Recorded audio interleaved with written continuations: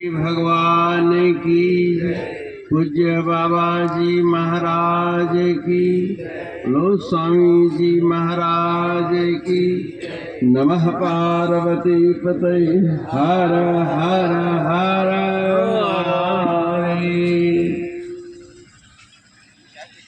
सभी शांत चित्त होकर बैठे। रीढ़ की हड्डी सीधी होनी चाहिए और ओम की ध्वनि करें।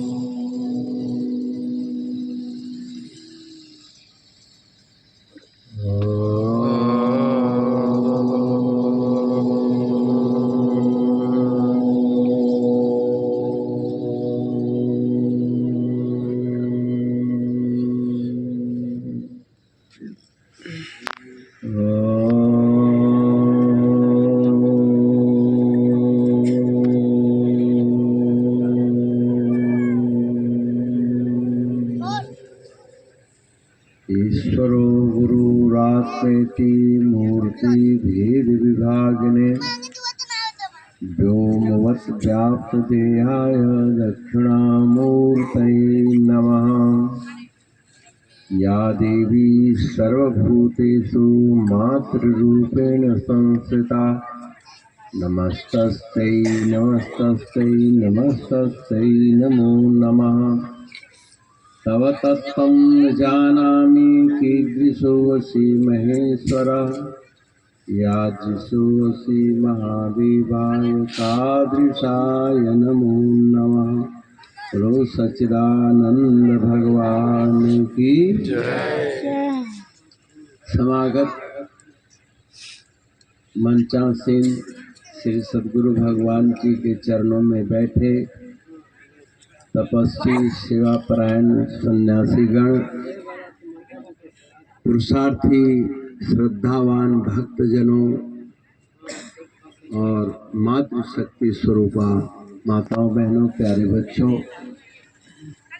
आज हमारे दरबार के एक होनहार संत स्वामी अखंडानंदपुरी जी के माता श्री का स्वर्गवास होने के पश्चात उनके हम लोग श्रद्धांजलि समारोह में एकत्रित हैं। माता श्री के चरणों के प्रति जो स्वाभाविक श्रद्धा है उसको समर्पित करते हुए स्मरण किया जाता है। जैसा कि हमारे पूर्व वक्ता संत जनों ने माता के सानिध्य का अनुभव किया, वो किस श्रद्धा से किस प्रेम से गुरु महाराज जी से प्रेम करती थी, अपने बच्चों से प्रेम करती थी और अपने कोख से जन्मे अखंडानंद जैसे महात्मा को संत भी बनाया। और इनके ज्येष्ठ भ्राता श्री कमलेश कुमार जी भी गृहस्थ धर्म का पालन करते हुए गुरु घर के प्रति अपना कर्तव्य पालन कर रहे हैं। देखो, इस संसार में माता के माध्यम से परम पिता परमात्मा जन्म देता है। हम लोग आरती में गाते हैं, हरि कृपा कर जन्म दियो जग मात पिता द्वारे।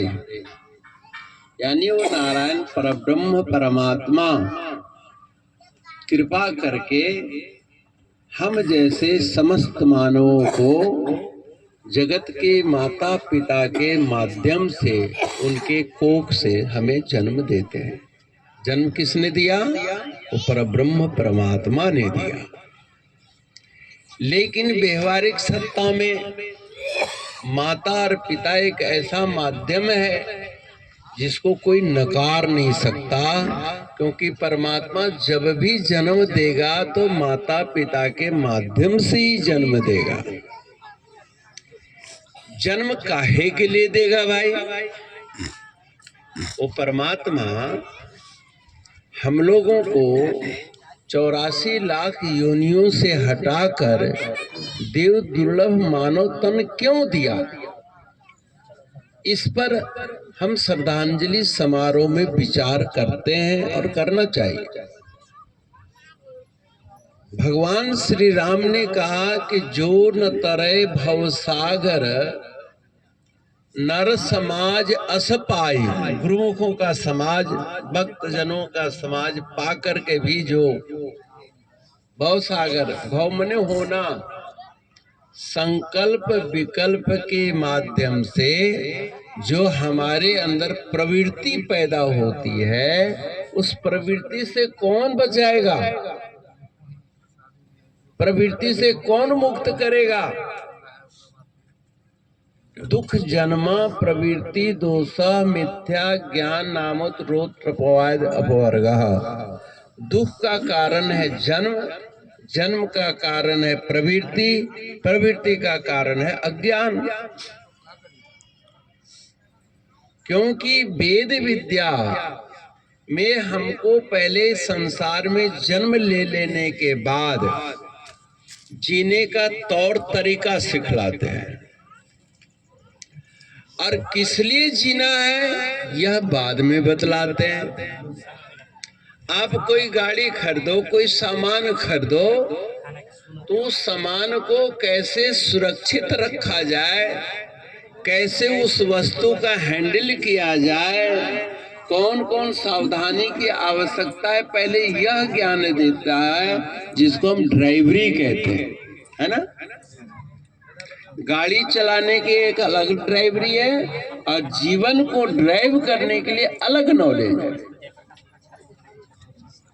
हम लोग एकांगी चिंतन में लग जाते हैं, लेकिन संत सदगुरु बहुआयामी चिंतन देते हैं। गाड़ी चलाने का मतलब तेज स्पीड चलाना, सिर्फ एक्सीलेटर दबाओ गाड़ी चल पड़ती है, लेकिन गियर का भी तो कोई फंक्शन है, ब्रेक का भी तो कोई फंक्शन है, क्लच का भी तो कोई फंक्शन है, हैंडल का भी तो कोई फंक्शन है, हॉर्न और लाइट का भी तो कोई फंक्शन है।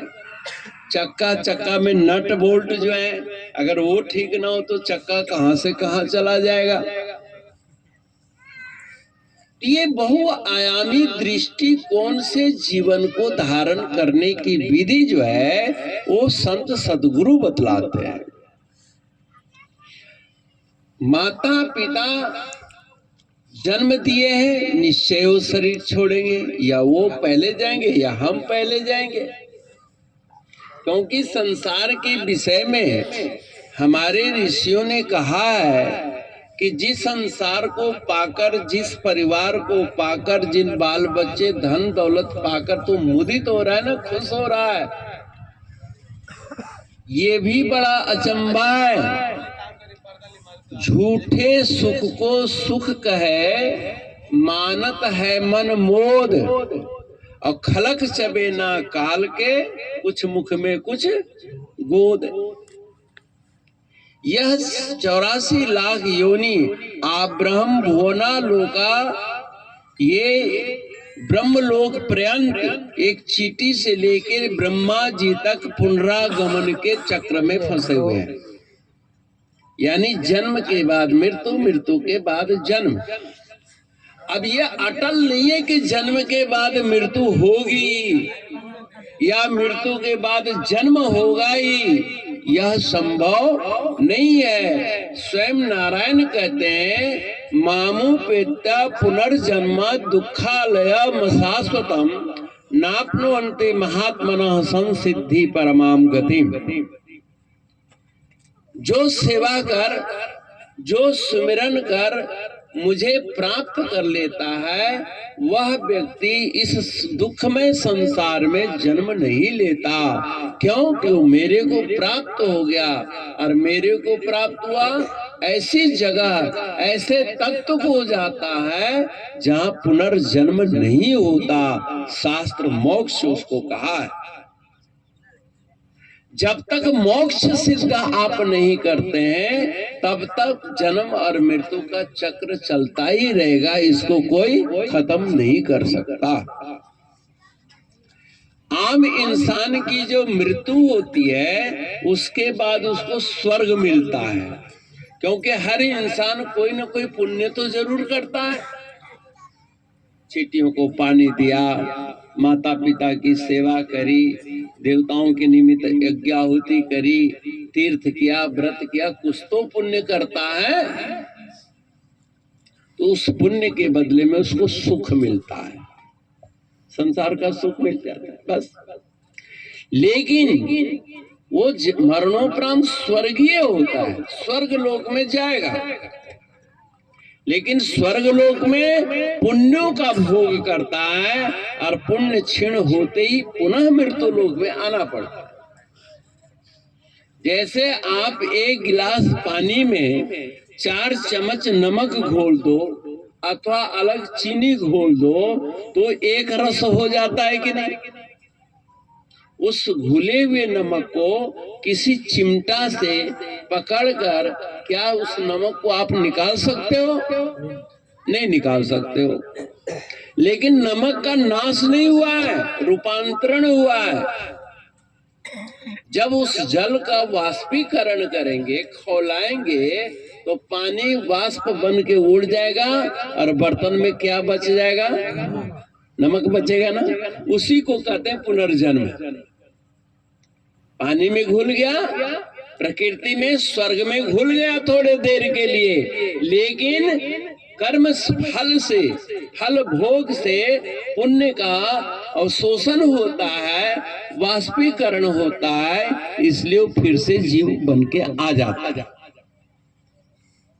अब ये जन्म मरण का चक्कर छूटता ही नहीं। तब संत महापुरुषों ने देखा कि भाई इसको पानी में नहीं, पानी को पानी में मिला दो। जैसे गंगा जल समुद्र में चले जाता है तो दोबारे उसको सागर का वाष्पीकरण कर गंगा जल को प्राप्त कर सकते हो क्या? या आप अपने घर के एक गिलास में, बर्तन में 1 गिलास गंगा जल डाल दो, 4 गिलास साधारण जल डाल दो, उसका वाष्पीकरण, और कहो कि गंगा जल बच जाए और हमारा जल सूख जाए, ऐसा होगा? क्योंकि तद्रूप हो गया, जल जल तत्व को प्राप्त हो गया। ऐसे सतगुरु महाराज जो है वो गंगा जल है, ज्ञान रूप है, और हम लोग जीव जल रूप है।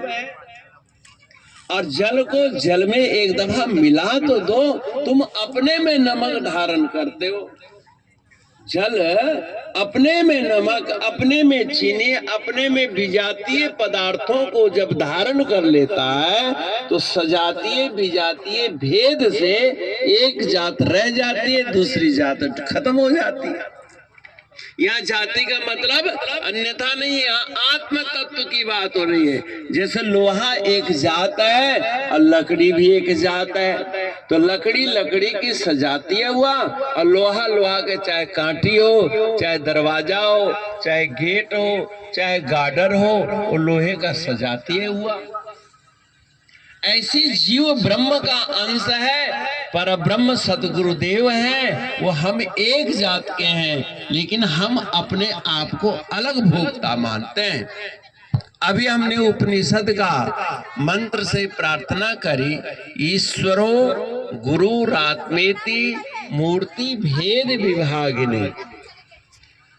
ईश्वर में, गुरु में और आपके अंदर जो चेतना जीव आत्मा है वो तत्व भेद नहीं है, सिर्फ आकृति भेद है।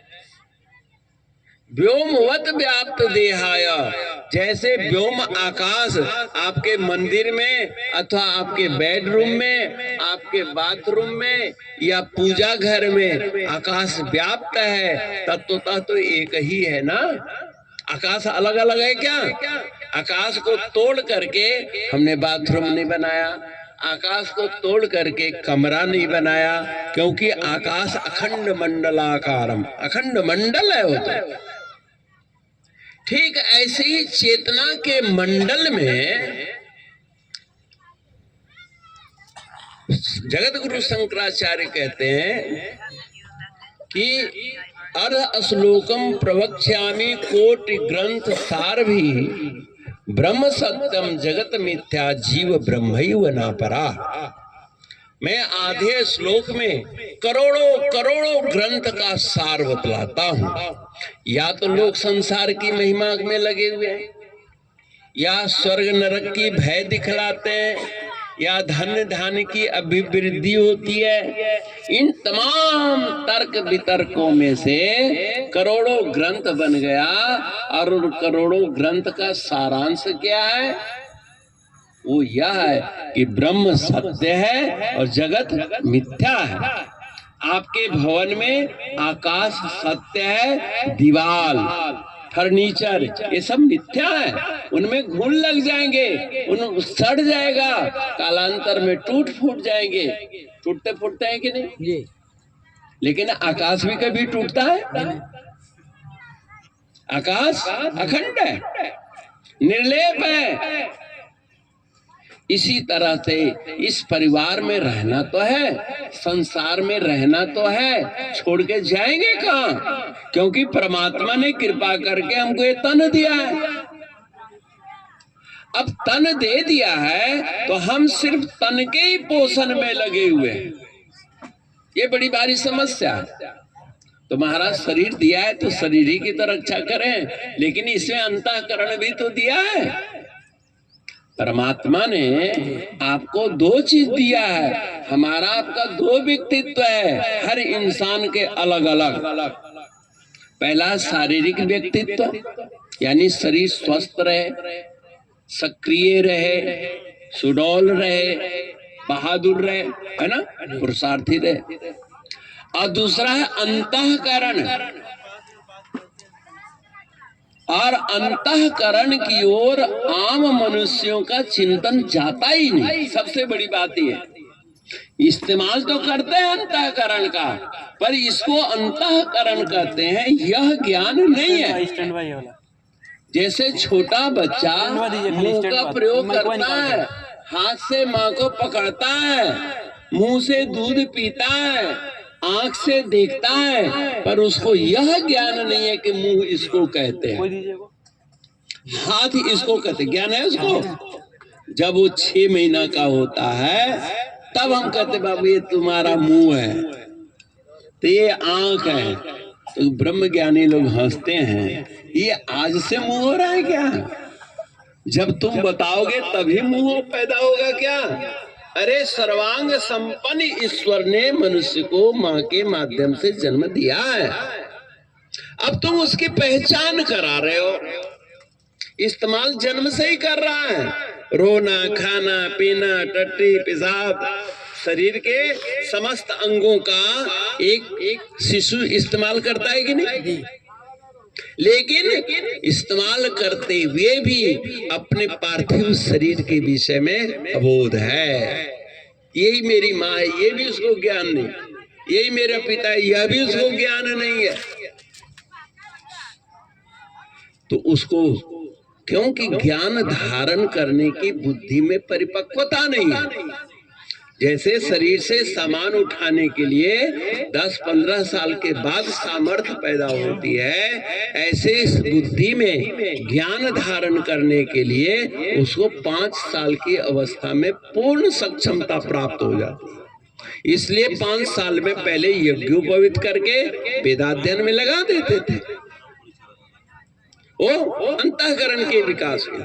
तो हम लोग सिर्फ शरीर के सुख, शरीर के विकास में लगे हुए हैं, परंतु माता जी ने शरीर के विकास के साथ साथ जैसे अपने बच्चों को आध्यात्मिक संस्कार से संस्कारित किया, उस संस्कार को आज हम लोग यहाँ स्मरण करें। आपको अगर माँ बाप ने दिया है तो अच्छी बात है, अगर आपने अपने बच्चों को नहीं दिया है तो सचेत हो जाओ। तो महाराज हमारे पास तो खुद ही अध्यात्मिक ज्ञान नहीं, तो हम अपने बच्चों को क्या देंगे? माता मदालसा हुई, अपने बच्चे को भौतिक ज्ञान दूध पिलाते हुए बच्चा रोता था, शुद्धो असि बुद्धो असि निरंजनो असि। बेटा तू रो रहा है, तो शुद्ध बुद्ध सच्चिदानंद परमात्मा का अंश है। किम कारणम धुनैवा, किस कारण से तुम रोदन कर रहे हो? रोने का तो कोई कारण नहीं है, तुम रो क्यों रहे? क्योंकि शुद्ध बुद्ध सच्चिदानंद हो। लेकिन माँ की लोरी तो सुनते थे, लेकिन उस तत्व का ज्ञान बड़े होने पर हुआ और वो गृह त्याग करके संसार के प्रपंचों का परित्याग करके वो संत बन जाते थे। माता की प्रेरणा से ही तो अखंडानंद संत बन गया। लेकिन मात्र प्रेरणा ही नहीं काम करती, अपने अपने पिछले जन्मों का पूर्व संस्कार भी काम करता है। ये अनंत जन्मों का खेल है और उस अनंत जन्मों के खेल में हम लोग भी दो प्रकार के खेल खेल रहे हैं। आप लोग भौतिकी जगत में गृहस्थ धर्म के माध्यम से भक्ति अपनाए हुए हैं, हम लोग सन्यास धर्म के माध्यम से भक्ति को अपना रहे हैं, क्योंकि दोनों का समन्वय चाहिए। विप्रधेनु सुर संत हिता, अगर संत होंगे ही नहीं तो उनका हित कौन करेगा? अब कहो कि गृहस्थ भी संत, गृहस्थ साधु हो सकता है लेकिन सन्यासी नहीं बन सकता है। सन्यासी एक स्वतंत्र आश्रम है। जैसे मैं कई दफा कहता हूं, दूध दही मक्खन और घृत, दूध दही नहीं हो सकता, दही घृत नहीं हो सकता। हाँ, परिवर्तन होता है, हर एक संस्कार के बाद उसकी संज्ञा बदल जाती है कि नहीं? जैसे बाल्यावस्था में ब्रह्मचर्य एक संज्ञा है, अविवाहित अवस्था तक ब्रह्मचारी कहलाता है, और गृहस्थ जन्म लेने के बाद यानी गृहस्थ धारण करने के बाद आप की संज्ञा वही ब्रह्मचारी है, वही कुंवारा इंसान है, वही अपठित अबोध है बालक, परंतु आज प्रबुद्ध होकर गृहस्थ धर्म में प्रवेश किया, हमने संस्कार दिया उसको। अब वो ब्रह्मचर्य अवस्था भंग हो गई कि नहीं? अब उसको कोई ब्रह्मचारी कहेगा? क्योंकि नवीनता आएगी। अब वो कहे कि नहीं हम ही तो ब्रह्मचारी हैं। अरे थे तुम, अब नहीं हो, है कि नहीं? अब तुम नहीं हो, तुम्हें बनना पड़ेगा। लेकिन अब हम तुम्हें ब्रह्मचारी नहीं बनाएंगे, अब हम तुम्हें वानप्रस्थी बनाएंगे। उससे अगला कर्म है ना, हम तुम्हें महान बनाएंगे। दूध जम के दही तो बन गया, लेकिन हम दही नहीं रहने देना चाहते हैं, हम तो तुम्हें मक्खन बनाएंगे और कीमती चीज बनाएंगे। भगवान दही कम खाए, मक्खन ज्यादा खाए, है कि नहीं? वो पकौड़ी चकौड़ी नहीं खाते थे, कहीं सुने? कहीं भबरा खाए भगवान? अगर खाए होते तो जरूर। अब देखो ये हास्य है, आप कहेंगे बाबा जी आप तो श्रद्धांजलि दे रहे हैं कि हास्य है। अरे जिस मरने से जग डरे मेरो मन आनंद, और मरने से ही पाइए पूर्ण परमानंद। मृत्यु तो एक ऐसे ही है जैसे दुल्हा मन पसंद कन्या का वरण करके घर में ले आए, तो मृत्यु वह एक सौभाग्यवती घटना है जो आपको ब्रह्म से मिलाता है, समझिए, जो ब्रह्म से मिलाता है। तो आपको क्या बनाया गया? घी दही से, दही बहुत खट्टा है, लेकिन समय रहते उसको मथ लो, विचार कर लो, चिंतन कर लो, सत्संगति कर लो, तो क्या बन जाएगा? मक्खन। अब वो मक्खन, दूध में पानी मिलाया जा सकता है, दही में पानी मिलाया जा सकता है, लेकिन मक्खन में पानी नहीं मिलाया जा सकता। मिलेगा? वो तैरेगा, है कि नहीं?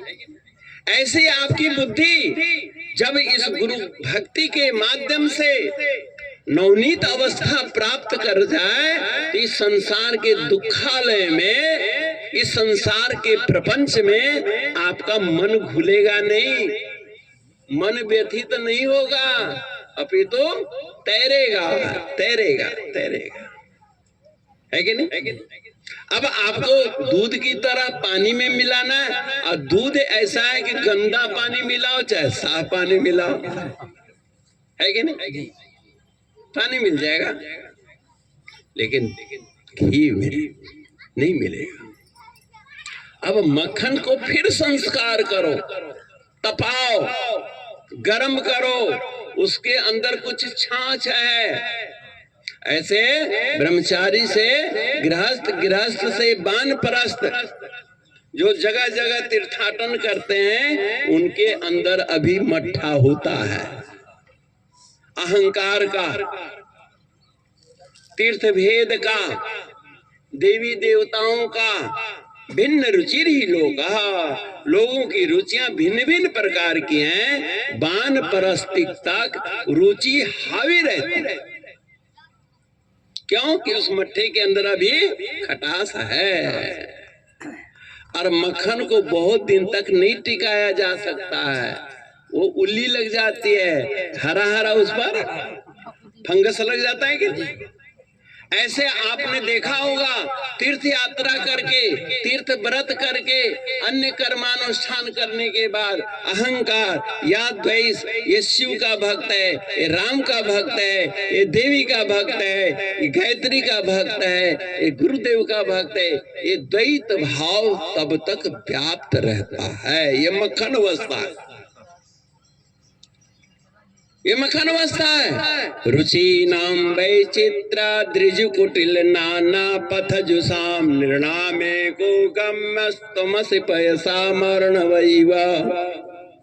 ये रुचि भिन्नता के कारण जैसे विभिन्न नदियां विभिन्न दिशाओं से प्रवाहित होकर समुद्र में विलीन होता है, तो एक ही रूप हो जाते हैं। वहां गंगा, यमुना, सरस्वती, सिंधु, कावेरी का कोई भेद नहीं रहता। आपकी संस्था के अनुयायी हैं श्री अद्वैत स्वरूप संन्यास आश्रम परमपुरी धाम के हैं, है ना। माता कहाँ रही? अद्वैत स्वरूप में रही। अद्वैत स्वरूप का मतलब क्या हुआ? त्रयीं सांख्यम योग पशुपति मतम वैष्णवमिति प्रभिन्ने प्रस्थाने परमिद मदः पथमिति च। ये पथ है, ये पथिक है, ये मार्ग है, ये रास्ते हैं। कोई वैष्णव मार्ग है, कोई त्रयी मार्ग है, कोई शैव मार्ग है। संसार में इन्हीं चीजों का तो विवाद है। साधारण से उत्तम तो हो गए, दूध से दही, दही से मक्खन तो बन गए, बिल्कुल जल में तैर रहे हैं, लेकिन उसके अंदर, उस गोले के अंदर अभी खटास है। इसलिए विभिन्न पंथों पर चलने वाले लोग एक दूसरे के पंथ की जब हे दृष्टि से देखते हैं, ये द्वैत का फंगस है ना। हम लोग क्या आरती गाते हैं? ब्रह्मा विष्णु सदा शिव जानत अविवेका, प्रणवाक्षर में शोभित ये तीनों एका। ओम जय शिव कहते हैं कि नहीं? ये हर पंथ के आचार्य गण अपने अंदर के उपदेशों को निष्पक्ष भाव से जब चिंतन करेंगे तो एकता का बोध आता है। जैसे वैष्णव लोग कहते हैं विष्णु भगवान ही सर्वोपरि है।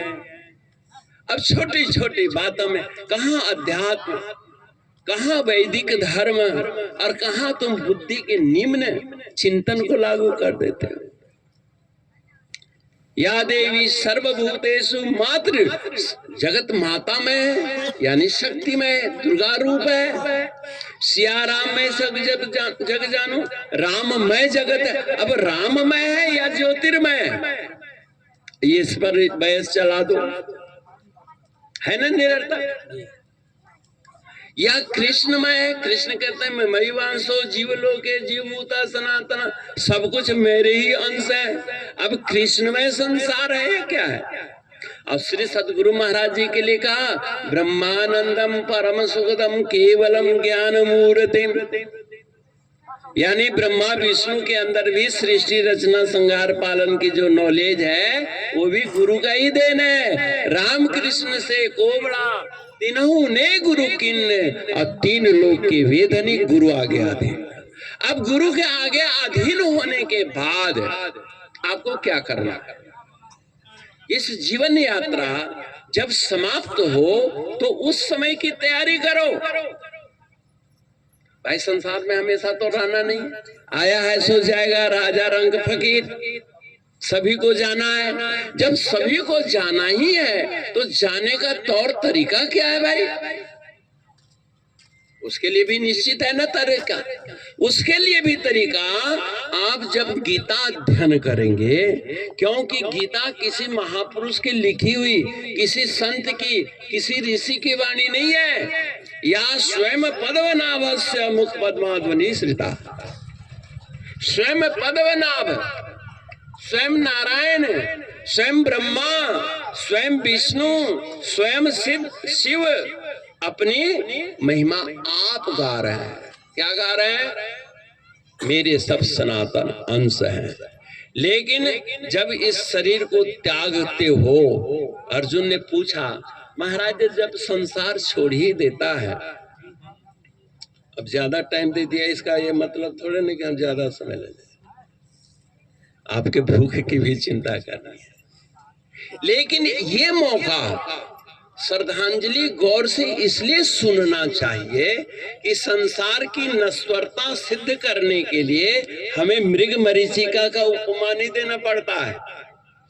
इस गांव से माता धनपति दौलती कुंवर के ममता थी कि नहीं? इसी गांव में रहती थी। कभी बहू बन करके आई होगी, ढोल नगाड़े के साथ आई होगी, बच्चे जन्म लिए, खूब लड्डू भी बंटे होंगे, जमीन जायदाद खरीदी, खुशियां मनाई गई। लेकिन वो खुशी का अंत हुआ कि नहीं हुआ? ना छोड़ना पड़ा ना। क्या वो छोड़ना चाहती थी? नहीं छोड़ना चाहती थी। जब भी परमपुरी से आता था मैं, तो माता ऊपर से आवाज देती थी। जब चल के आती थी तो मेरे पास आती थी, और माता ने कभी खाली हाथ नहीं मत्था टेका भाई, कभी खाली हाथ। माता पिता गुरु के पास कभी खाली हाथ मत्था नहीं टेकना चाहिए। 10 रुपया, 11 रुपया, 21 रुपया जरूर रखती थी, चाहे वो सिक्का के रूप में हो अथवा नोट के रूप में हो।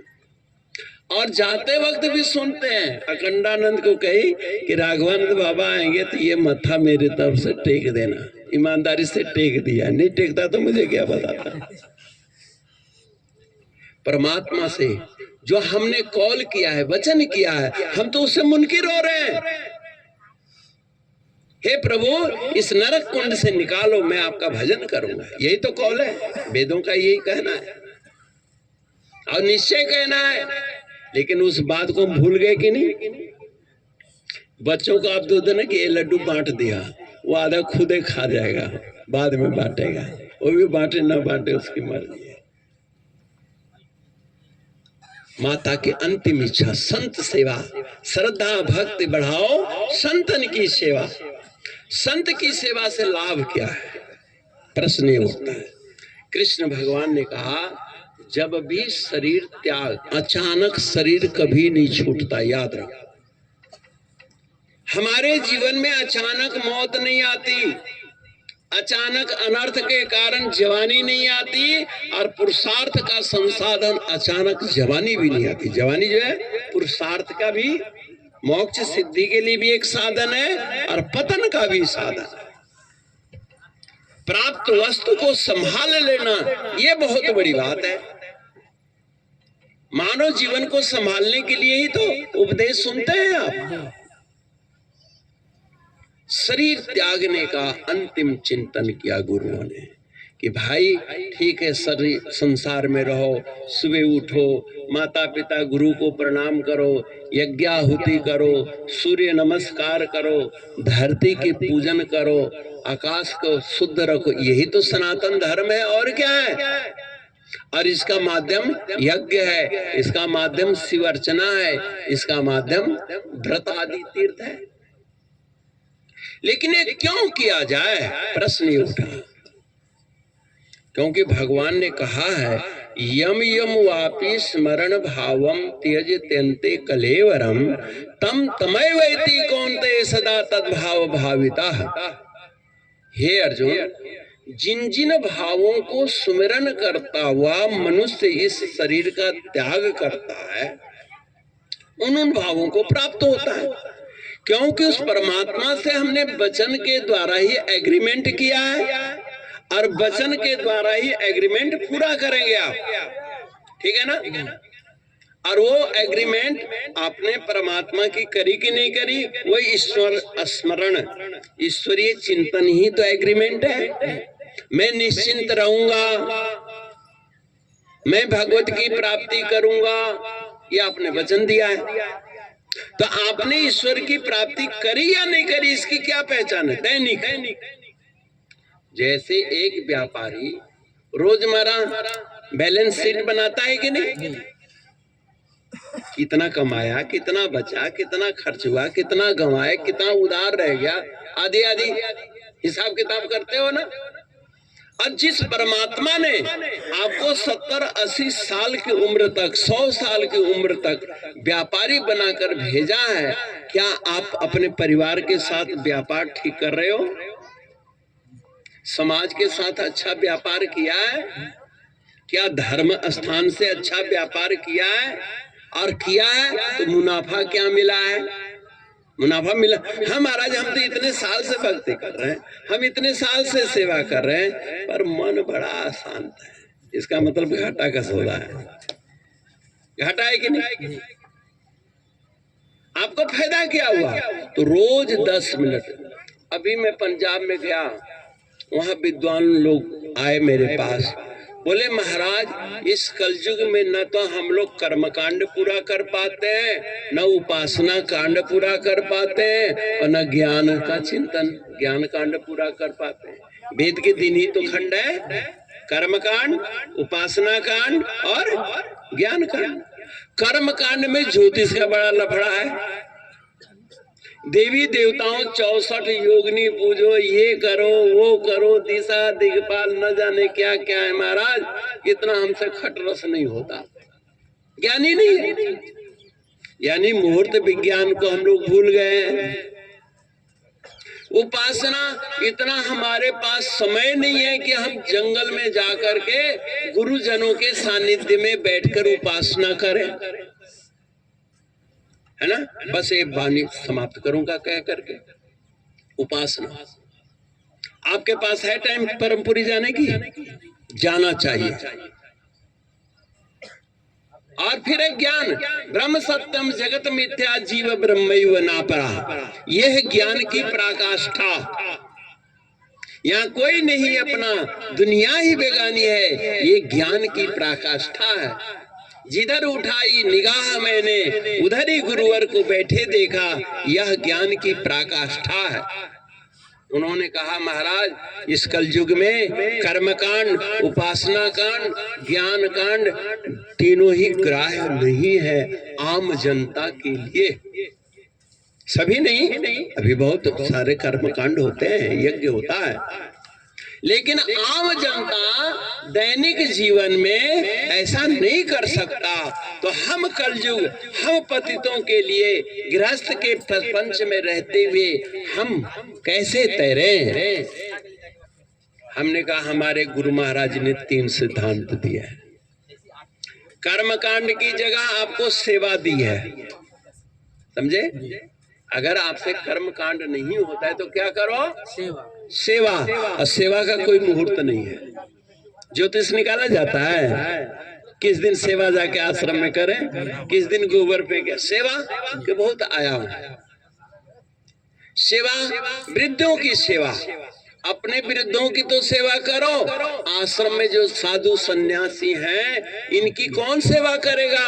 सारा उत्तरदायित्व तो आपके ऊपर है। सारा धन कमा, पृथ्वी का अन्न पैदा करना आपके अधिकार है, तो दान कौन करेगा?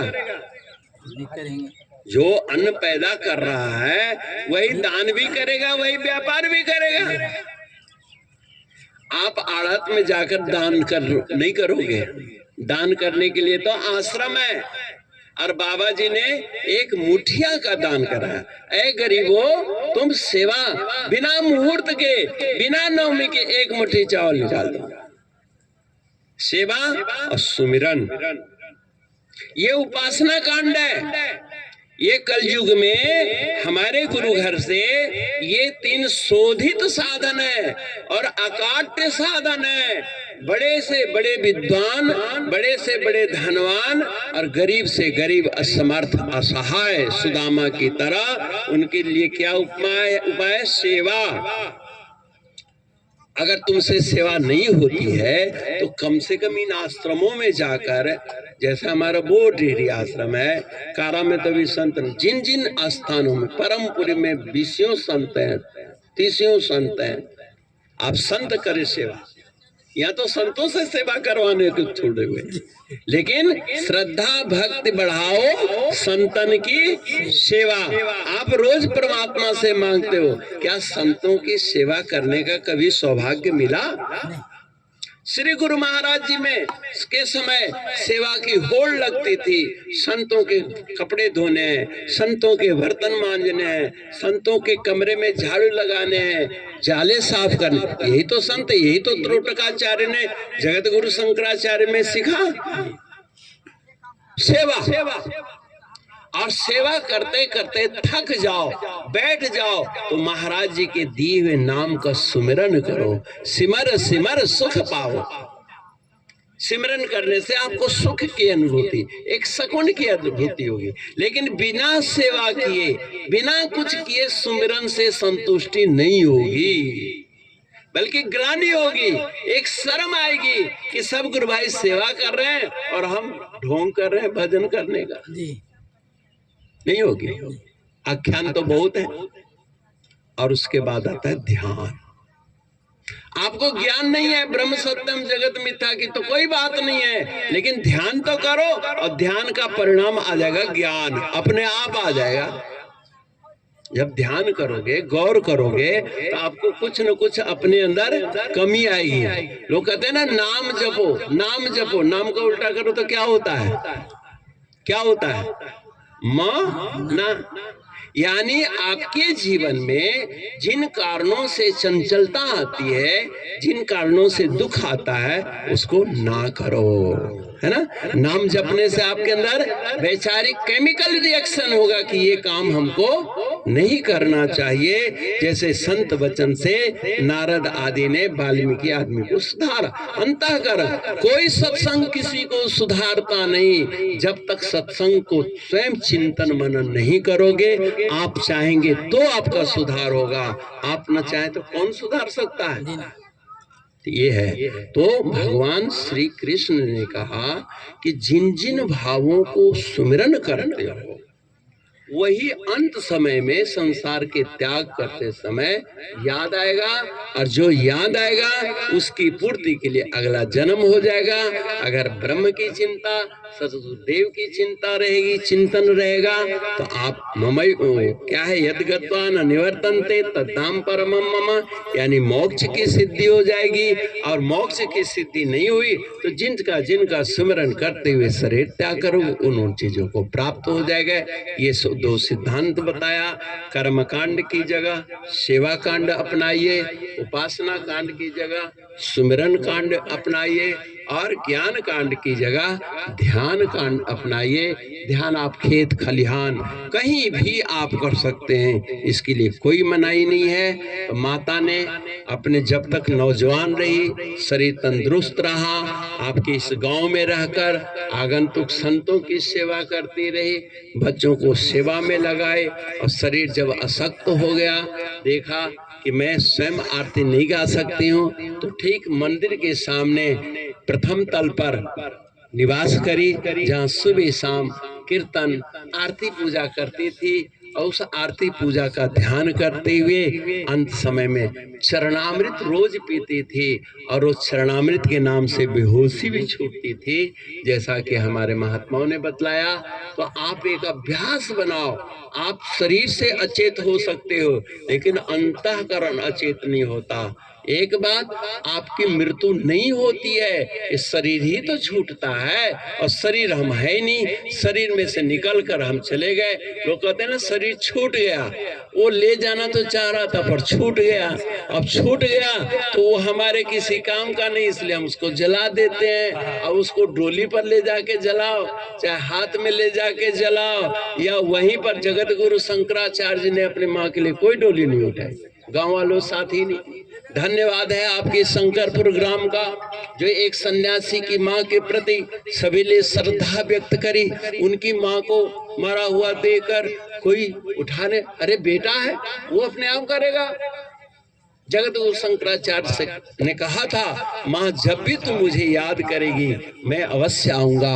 और अंतिम समय बेटा शंकर कहा तो शंकर केदार घाट में बैठे हुए थे, केदारनाथ मंदिर में, और वहां से आकाश मार्ग से आए और जहां माता लेटी हुई थी घर के तमाम लकड़ बकड़ इकट्ठा करके कुछ लकड़ी के चरपाई के नीचे रख दी, कोई ऊपर रख दी, वहीं पर दाह संस्कार कर दिया, जमीन जायदाद बेच करके ब्रह्म भोज कर दिया। और फिर श्राप दिया कि आज के बाद कोई सन्यासी इस गांव में नहीं आएगा, क्योंकि सन्यासी को जन्म देने वाली माँ के तुमने कदर नहीं करी, उसका नाम नहीं लिया, उसका संस्कार नहीं किया, तुम किस काम के हिंदू हो, काहे कि सनातनी हो। इसलिए हमारे यहाँ संत जननी जने तो भक्त जन, ऐसे माता की सत्कार होना चाहिए, उसका गुणगान होना चाहिए। आशा है आप सब पवित्र आत्मा हो, श्रद्धावान हो, और अखंडानंद जी के आवाहन पर हमारे पूरे दरबार के संत मंडल इकट्ठा हुआ और पूरे इस एरिया के प्रबुद्ध भक्त सभी गुरु भाई लोग आप एकत्रित आए। आप सब साधुवाद हैं और इससे प्रेरणा लेनी है कि जैसे अखंडानंद की माँ ने अपने बच्चों को भक्ति में लगाया, आप भी अपने भक्तों को बच्चों को भक्ति में लगाओ, ताकि वृद्धावस्था संवरे। अखंडानंद ने वृद्धावस्था संवारी, कमलेश ने वृद्धावस्था संवारी, ऐसे ही आपके जीवन के तमाम कष्ट निवृत्त होते रहे और अंत में कैवल्य पद के आप सब अधिकारी बने। इसी श्रद्धांजलि के माध्यम से हम लोग अपने लिए विचार करें कि संसार छोड़ते समय हम क्या लेकर जाएंगे, हमने क्या किया है, क्या नहीं किया है। हम आप हिसाब लगा रहे हैं, लेकिन वो तो हिसाब किताब नफा नुकसान करके चली गई, और नफा ही नफा है उसके जीवन में। दोनों हाथ में लड्डू लेके गई, बच्चों को जन्म दी, पाली पोसी, अंत में भक्ति करते हुए महाराज जी के धाम को पहुंची है। माता जहां भी है वहीं से प्रसन्नचित्त होकर पूरे ग्राम में, पूरे संसार में आशीर्वाद किरण भागवत माध्यम से फैलाती रहे। इसी शुभकामना के साथ मैं वाणी को विराम देता हूँ। ओम पूर्णमदः पूर्णमिदं पूर्णात् पूर्णमुदच्यते पूर्णस्य पूर्णमादाय पूर्णमेवावशिष्यते। ओम शांति शांति शांति। बोलो सच्चिदानंद भगवान की, धर्म की अधर्म का प्राणियों में विश्व का, गौ माता की, पृथ्वी माता की, गंगा मैया की, चारों वेद की, माता पिता गुरु भगवान की, परमपुरी धाम की। नमः पार्वती पतये हर हर हर महादेव। बड़ी दयालु श्री सतगुरु भगवान की जय। आप सभी लोग अपने अपना स्थान पर खड़ा हो जाए।